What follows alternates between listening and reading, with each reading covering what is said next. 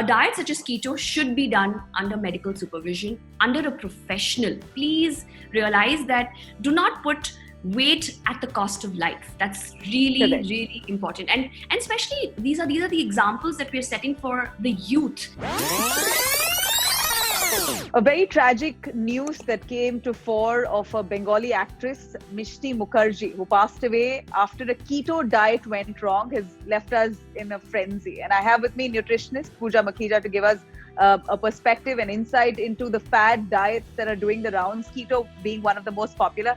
Pooja, here is a lady who was at the peak, at the prime of her age, 27-year-old actress who's featured in several films in Bengali, Bollywood, Telugu film industry. She was quite popular.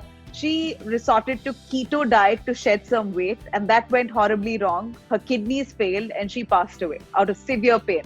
That's really left me shocked because you and I know the number of women, particularly men also, for the amount of workouts they're always trying to build their body. And keto is primary, the diet that it primarily actually suggests is to have high protein and low carb, high protein, high fat, low carb. And that's what mostly we see people following up on to shed some weight, because it's also very effective to admit. So what's your view of keto diet? Firstly, my deepest condolences to the family. The keto diet, to very much begin with, didn't come up. It's not really a fad. It was more a therapeutic diet that was introduced for treatment for epileptic seizures in children. It was actually a medical diet for a medical purpose, and it really did the job for what it was initially diagnosed and discovered. However, when came a diet which is low carb, it somehow attracts most people, because any low carb diet definitely leads to weight loss. And weight loss are the two magical words that almost 99% of the universe is attracted to. So when it came to saying keto with weight loss, people directly, just like the Atkins or the South Beach diet or the Zone diet, these were predominantly high protein, low carb diets. So the keto automatically got attached to this beautiful race of trying to make the world slim. However, the keto diet is not so much a high protein diet as much as it is a high fat diet. 75 to 80% of the day's calories need to come from fat. About 20% of the calories from protein, and about only 5% from carbs. Making this diet actually... But keto does not limit you to eat just a small amount of carbs. I mean, you can eat carbs through vegetables. So you're eating that much along with other protein and fat dishes. You're also eating your salads along with it. So I would assume that that's one of the healthiest. No, so they are not even letting you consume carbs in form of salads. Okay, so the keto diet restricts carb intake to only 5%, literally about 25 to 50 grams of carbohydrate in a day, which is all inclusive of your fiber from your vegetables, from your fruits, including perhaps one roti. One roti would be about the roughage that they're giving you for a 5% carbohydrate. So therefore, this diet is massively a very difficult diet, extremely regimented, and a very difficult diet to but also very effective accurately. You know what? See what most people do it when they do it without medical supervision is that they manage to cut out the carbs to an extent of not eating roti, rice, and bread. But somehow carbs are also seeping in through your fruits and vegetables. So it's a very difficult diet to actually be able to sustain very strictly. People who can manage it really well under medical supervision is a great deal. I would compliment those people who can actually adhere to it. It's extremely difficult to follow. Of course, it has a host of side effects. Having kidney failure is one of the extreme ends, but it has a host of side effects, including nausea, headaches, giddiness, because when you cut down carbs to such a great extent... I understand that a lot of the keto diets, those who recommend a keto diet would also tell you that stick to a keto diet only for a short period, maybe 45 days at max, not a prolonged period. That's also huge. 45 days is a large number to take away from roughage. And see, what tends to happen is the minute you cut down the carbs, you're also cutting down the fiber. When you cut down the fiber, you're directly affecting the gut flora. Please remember, we are what we eat, and we are also what we feed the microbiome in our gut.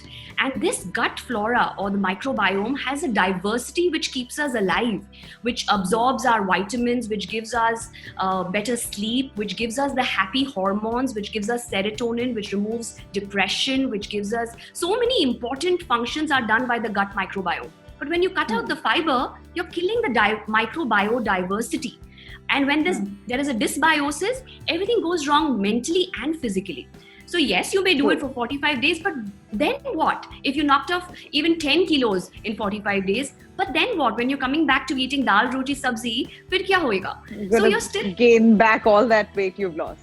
Yeah, and also this is a diet which has to be done under medical supervision. I want to bring that very, very dominantly through this interview, is that yes, the keto diet can be beneficial for those who are suited for it, and not everyone is. You have to check your kidney function. When you say suited for it, is it different for vegetarians, for non-vegetarians? See, what tends to happen with the non-vegetarian diet is that it's a very easy mix to get a high-fat, high-protein diet with animal meats. And these animal meats, a high consumption of this leads to a high uric acid, or it also leads to the urine becoming very, very acidic, which puts a lot of load on the kidney, which causes kidney stones, which causes gout, which causes so much sodium depletion that the kidneys have to go into an overdrive to reabsorb the sodium into the body. We have to remember that our bodies are magical machineries that are really doing a thankless job. It's only once you realize one organ failure will you realize how much in sync the body works with the food you eat.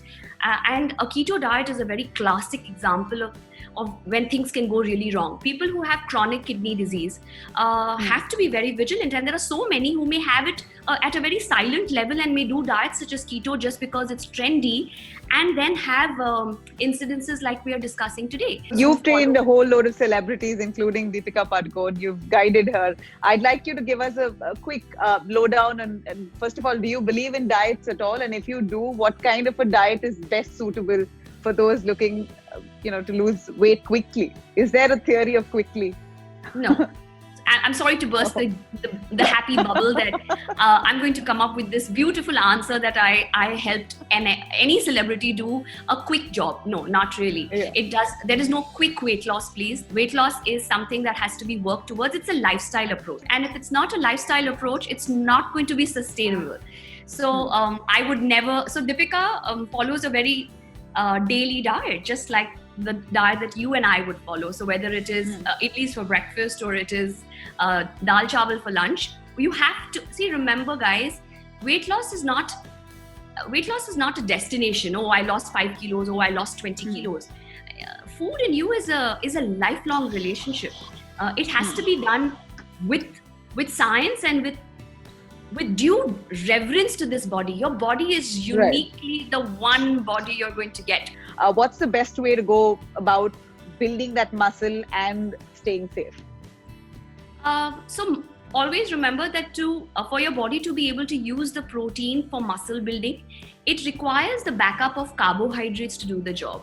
So most diets and most bodybuilders as well, when they go on a very high protein diet, they tend to ignore the carbohydrates. The carbohydrates are the building foundation for you to be able to metabolize the protein for the job that it is meant to be. So always remember that there has to be a good factor of carbohydrates. Hydration is extremely important. Most people who are tanking up on their protein, if water intake is neglected, then the byproducts of protein excretion, the creatinine, the uric acid, which have to be filtered through the kidneys, if there is not enough hydration to do that, the kidneys bear the brunt of it. And then they get smaller joint pains and gout and uric acid, which we have to be very, very careful about. And always remember that there is a balance in life.